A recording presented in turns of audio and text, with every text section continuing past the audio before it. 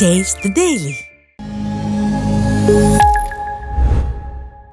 2024 வந்து பார்த்தீங்கன்னா உலகம் முழுக்கமே ஒரு மிகப்பெரிய தேர்தல் திருவிழாவுக்கான ஒரு ஆண்டா தான் பார்க்கப்படுது. ஏன்னு பார்த்தீங்கன்னா, ஃபர்ஸ்ட் ஓப்பனிங்லேயே வந்து இந்தியாவுக்கான தேர்தல் நடந்து முடிஞ்சிருச்சு. உலகத்தின் மிகப்பெரிய டெமோக்ரஸிக்கான தேர்தல் முடிஞ்சிருச்சு. இப்ப யுகேவோட தேர்தல் வந்திருக்கு. இதில ஒரு மிகப்பெரிய ஒரு மாற்றமே நடந்திருக்கு. ஏன்னு பார்த்தீங்கன்னா, ஏறக்குறைய 14 வருஷமா ஆட்சியில இருந்த கன்சர்வேட்டிவ் கட்சி வந்து பார்த்தீங்கன்னா, இந்த வாட்டி ஆட்சியை இழந்திருக்கு. யார்கிட்டன்னு கேட்டீங்கன்னா, லேபர் பார்ட்டி கிட்ட. ஏறக்குறைய ஒரு 650 இடங்களுக்கு நடந்த இந்த ஒரு பாராளுமன்ற தேர்தல் வந்து பார்த்தீங்கன்னா, கன்சர்வேட்டிவ் கட்சிக்கு ஒரு மிகப்பெரிய கவலைக்கிடமான நிலைமை தான் கொடுத்திருக்கு. பிரிட்டனோட வரலாற்றிலே மிகவும் ஒரு மோசமான தோல்வியை வந்து கன்சர்வேட்டிவ் கட்சி சம்பாதிச்சிருக்கு.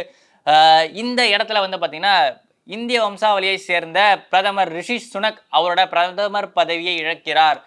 இவர் வந்து டைரக்டான எலெக்ஷன் மூலியமா வரல. ஃபர்ஸ்ட் வந்து பார்த்தீங்கன்னா 2019ல நடந்த ஒரு எலெக்ஷன்ல வந்து பார்த்தீங்கன்னா, போரிஸ் ஜான்சன் தான் வந்து பார்த்தீங்கன்னா பிஎம்ஆ செலக்ட் ஆகி வர்றாரு. அதுக்கப்புறம் நடந்த ஒரு சில பாலிசிஸ் சார்ந்த சிக்கல்கள், அதுக்கப்புறம் அவரோட பர்சனல் இஷ்யூஸ் காரணமா அங்க இருந்த பிரைம் மினிஸ்டர்ஸ் மாறி மாறி வந்து இப்ப ரிஷி சுனக் தான் ரீசென்ட் டைம்ஸ்ல இருந்துட்டு இருந்தாரு. ஆனா அவர் வந்து இப்ப தோத்துருக்காரு. அவரோட கட்சியுமே சேர்ந்து தோத்துருக்கு. ஏற்கனவே 14 வருஷம் கழிச்சு வந்து பாத்தீங்கன்னா ஆட்சியில இருந்து கன்சர்வேட்டிவ் கட்சி அப்படி நீக்கி வச்சுட்டு லேபர் பார்ட்டி வந்து பாத்தீங்கன்னா ஃப்ரண்ட்ல வந்திருக்கு. ஏற்கனவே 650 இடங்கள்ல 400க்கும் மேற்பட்ட இடங்கள்ல வந்து பாத்தீங்கன்னா லேபர் பார்ட்டி லீடிங்ல இருக்கு. கன்சர்வேட்டிவ் பார்ட்டி ஒரு கவலைக்கிடமான ஒரு ஸ்டேஜ்ல தான் 100 அந்த ரேஞ்சில தான் வந்து பார்த்தீங்கன்னா கன்சர்வேட்டிவ் பார்ட்டி இருந்துகிட்டு இருக்கு. இதை தாண்டி லிபரல் டெமோக்ராட்டிக் பார்ட்டி வந்து பார்த்தீங்கன்னா ஏறக்குறைய ஒரு 70 சீட்டை வந்து பார்த்தீங்கன்னா ஹோல்ட் பண்ணியிருக்காங்க.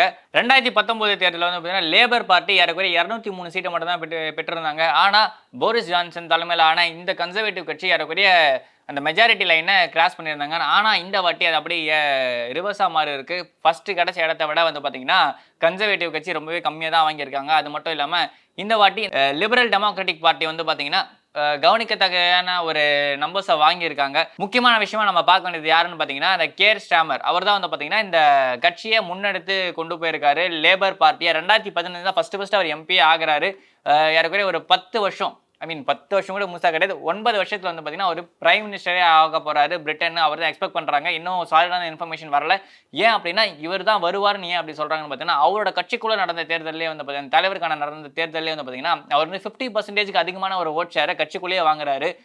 இவர் தான் நெக்ஸ்ட் லீடரா வரணும் அப்படின்ற மாதிரியான விஷயங்கள். அதை தாண்டி வந்து பார்த்தீங்கன்னா இந்த ஒரு தேர்தல் வெற்றிக்கு பிறகு அவர் முக்கியமான விஷயம் சொல்லியிருக்காரு. என்னன்னு பார்த்தீங்கன்னா, நாம ஜெயிச்சிட்டோம் மாறா அப்படின்ற மாதிரி நாம சாதித்து விட்டோம் அப்படின்ற ஒரு விஷயத்த வந்து அவர் சொல்லியிருக்காரு.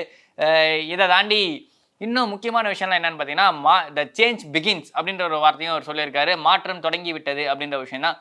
வேற என்னென்ன மாற்றங்கள் எல்லாம் யூகே சந்திக்க போகிறது, யூகேனால இந்த ஒரு மாற்றங்கள்னால உலகம் எவ்வாறான விஷயங்கள் எல்லாம் பார்க்க போகிறது அப்படின்னு சொல்லிட்டு நம்ம காத்திருந்து பார்க்குறோம். ஏன் அப்படின்னு பார்த்தீங்கன்னா, ட்ரம்ப் இருக்கிற வரைக்கும் ஆப்கானிஸ்தானில் நேட்டோ படைகளை வச்சிருந்தாரு, அமெரிக்கா படைகள் இருந்துச்சு. ஆனால் பைடன் வந்த உடனே ஆப்கான்லேருந்து அதை எடுத்துட்டாரு. அது ஒரு மிகப்பெரிய ஒரு நெகட்டிவாக அமெரிக்கா மேலே தான் பார்க்கப்பட்டுச்சு. ஏன்னு பார்த்தீங்கன்னா, ஆப்கான்ல இருந்து அமெரிக்க படைகள் விலகின உடனே ஆப்கான் வந்து தாலிபானோட கண்ட்ரோலுக்கு திருப்பி போயிடுச்சு. அதோட ஒரு மிகப்பெரிய தவறுக்கு காரணம் ஜோ பைடன் அப்படின்ற மாதிரி விஷயங்களை தான் வந்து ட்ரம்ப் தொடர்ச்சியாக சொல்லிட்டு வந்துட்டு இருக்காரு. அமெரிக்காவுக்குமே அந்த ஒரு மைண்ட் செட் இருக்கு. தாலிபான்ஸ் கையில் போனது வந்து பார்த்தீங்கன்னா ரொம்ப ஒரு தவறான விஷயம் அப்படின்ற மாதிரி. அதெல்லாமே ஏகப்பட்ட அந்த ஆர்டிலரிஸுமே அவங்க அங்கே விட்டுட்டு வந்துட்டாங்கன்ற மாதிரி ஒரு கம்ப்ளைண்ட்ஸுமே வந்து பார்த்தீங்கன்னா எக்கச்சக்கமாக இருக்குது.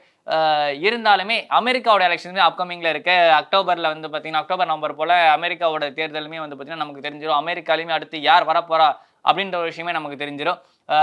இதை தாண்டி இந்த கேர் ஸ்டாமர் யாருன்னு பார்த்தீங்கன்னா, இவர் ஒரு பேசிக்காக ஒரு வழக்கறிஞர். இவர் வந்து பார்த்தீங்கன்னா 2020 தான் வந்து பார்த்தீங்கன்னா அந்த லேபர் பார்ட்டியோட அந்த ஹெட் பொசிஷன், அதாவது சீஃப் பொசிஷனுக்கு வராரு.